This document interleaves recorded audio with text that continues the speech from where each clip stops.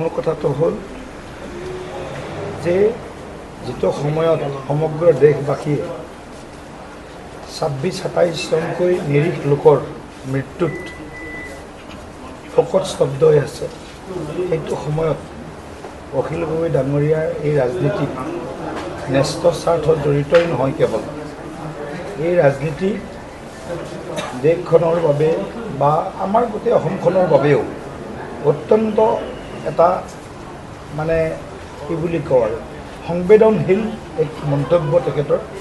আৰু কেৱল শাসনৰ স্বাৰ্থত, সেৱাৰ স্বাৰ্থত নহয়, শাসনৰ স্বাৰ্থত ক'ৰবাত বৰপেটাত, ধুবুৰীত, ক'ৰবাত গোৱালপাৰাত এটা MLA জিকোৱাৰ স্বাৰ্থত তেখেতৰ যিবিলাক শেহতীয়া কাৰুকাৰ্য, সেই কাৰুকাৰ্য শিৱসাগৰবাসীক লজ্জিত কৰিছে।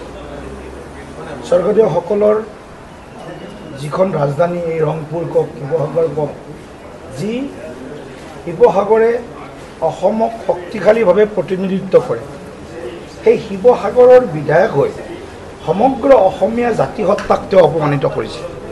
17 বাৰ মোগলক পৰাস্ত কৰা অসমীয়া জাতিয়ে আৰু এই জাতিৰ যদি কোনোবা তেওঁ মানে বংশধৰ বুলি তেওঁ নিজকে ক'ব বিচাৰে, সেই জাতিটোক যেতিয়া তেওঁলোকৰ ভোট, তেওঁলোকৰ অন্য দিশ লৈ যি ধৰণৰ মন্তব্য, আচলতে আমি ধিক্কাৰো দিছোঁ আৰু ঘৃণাও লাগিছে অখিল গগৈৰ প্ৰতি।